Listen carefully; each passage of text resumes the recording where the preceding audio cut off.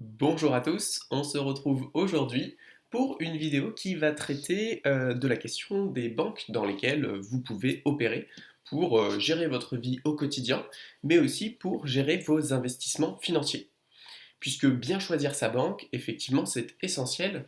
Déjà parce que si vous êtes sur une banque avec une application qui bug une fois sur deux, bah, c'est très très chiant.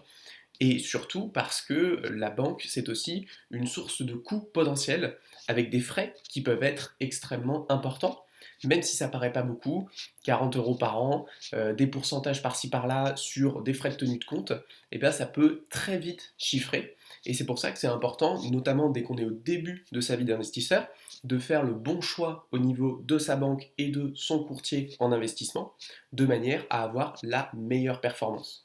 Puisque de manière simple et mathématique, à chaque fois que vous avez des frais sur vos opérations, eh bien ça soustrait et ça diminue votre performance nette et donc ça diminue par la même occasion les intérêts composés qui ne vont pas pouvoir s'exprimer de la manière optimale.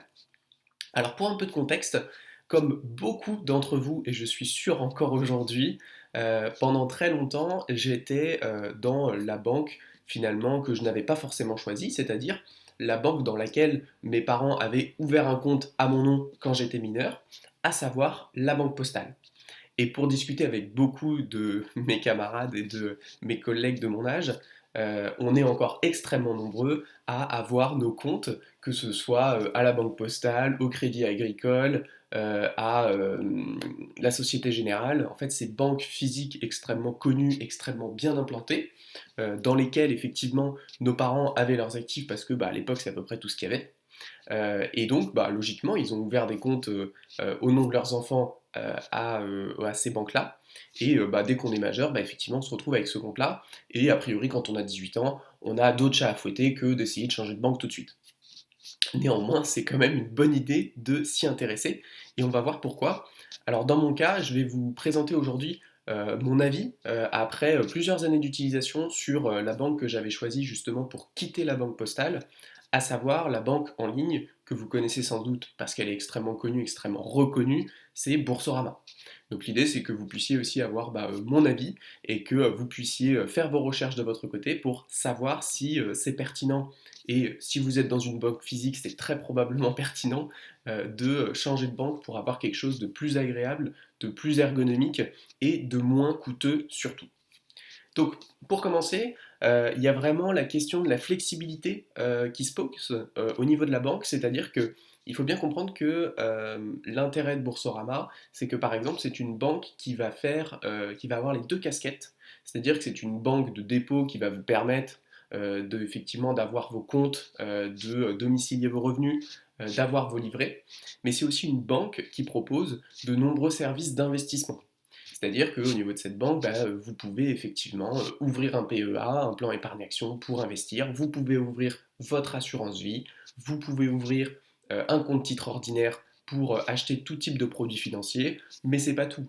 Vous pouvez aussi ouvrir un PER, un plan épargne retraite, vous pouvez aussi ouvrir des comptes un petit peu alternatifs qu'ils ont mis en place sur du crowdfunding immobilier. Il y a vraiment beaucoup de solutions en termes d'investissement.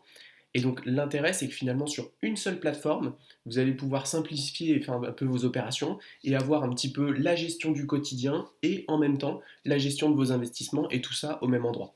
Et ça, c'est vrai que moi, d'un point de vue très personnel, c'est vraiment quelque chose que j'apprécie, le fait de tout avoir au même endroit, parce que je suis un peu un ayatollah de la simplicité, donc si je peux avoir une entité au lieu de deux, c'est toujours mieux pour moi. Ensuite, il y a la question de l'interface. Je me souviens que quand j'étais à la banque postale, c'était mais vraiment un enfer pour faire quoi que ce soit sur mes comptes. Déjà, quand on se connecte sur l'application, une fois sur deux, ça marche pas. Quand on se connecte, il faut cliquer sur absolument 1 million de codes qui te renvoient par courrier. Ça arrive 15 jours plus tard, c'est absolument atroce ce qu'ils ont fait avec leur truc Certicode Plus, je crois. C'est vraiment insupportable.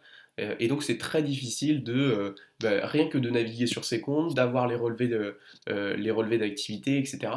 Donc sur Boursorama, c'est vraiment beaucoup plus clair. Il y a énormément d'interfaces qui sont très bien mises en valeur, beaucoup de rapports qu'on peut avoir, des rapports sur notre épargne, des rapports sur nos revenus, des rapports justement des synthèses financières qui va prendre en compte finalement tout ce qui rentre, tout ce qui sort de nos comptes, et ce qui va finalement faire un petit peu un budget automatique sans même avoir à faire de budget.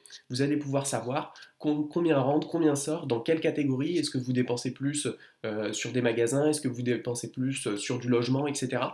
Donc ça c'est vraiment extrêmement intéressant, ça permet de suivre votre épargne et ça permet aussi de suivre tout ce qui est lié à la performance, c'est-à-dire que au niveau des investissements aussi, vous avez beaucoup de rapports qui vous permettent de voir de manière globale où est-ce que vous investissez d'un point de vue géographique, d'un point de vue niveau de risque, et ils vont être capables aussi de vous donner des conseils à ce niveau-là pour être certain que finalement les risques que vous prenez sont en adéquation avec votre profil.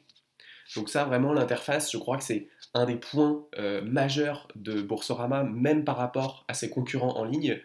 C'est vraiment une interface qui est agréable à utiliser et qui est très rapide. Ensuite, il y a la question fondamentale, et ça c'est vraiment la question qui a priori devrait vous motiver à changer de banque si vous êtes encore dans une banque physique, c'est la question des frais. La question des frais, elle est évidemment fondamentale. Moi, je sais qu'il y a un truc, par exemple, qui me rend fou, c'est le fait que dans les banques traditionnelles, aujourd'hui encore, il faut payer si on veut faire un virement instantané. C'est du délire, quoi. Alors qu'effectivement, sur Boursorama, bah, vous pouvez ajouter votre bénéficiaire et vous pouvez faire un virement instantané à qui vous le souhaitez sans frais, ce qui est tout à fait pratique. Il y a la question aussi après de la carte bancaire. À savoir que chez Boursorama, vous avez plusieurs cartes bancaires et vous avez notamment deux cartes bancaires en fonction de votre niveau de revenu et en fonction notamment de vos dépenses qui sont gratuites. La seule condition, c'est de faire un paiement avec votre carte par mois. Donc bon, c'est plutôt le challenge d'essayer de ne pas faire de paiement par carte pendant tout un mois. Donc a priori, c'est relativement facile d'avoir une carte qui est 100% gratuite.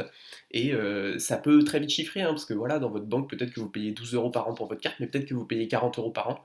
Je vous laisse regarder quel est le montant que vous jetez par les fenêtres en restant dans une banque physique. Après, il y a la question des frais de tenue de compte. Ça, c'est quelque chose qu'on ne voit pas forcément si on n'y fait pas attention. Et c'est vrai que quand on est jeune, bon, on ne regarde pas son relevé de compte tous les ans, ni même tous les mois.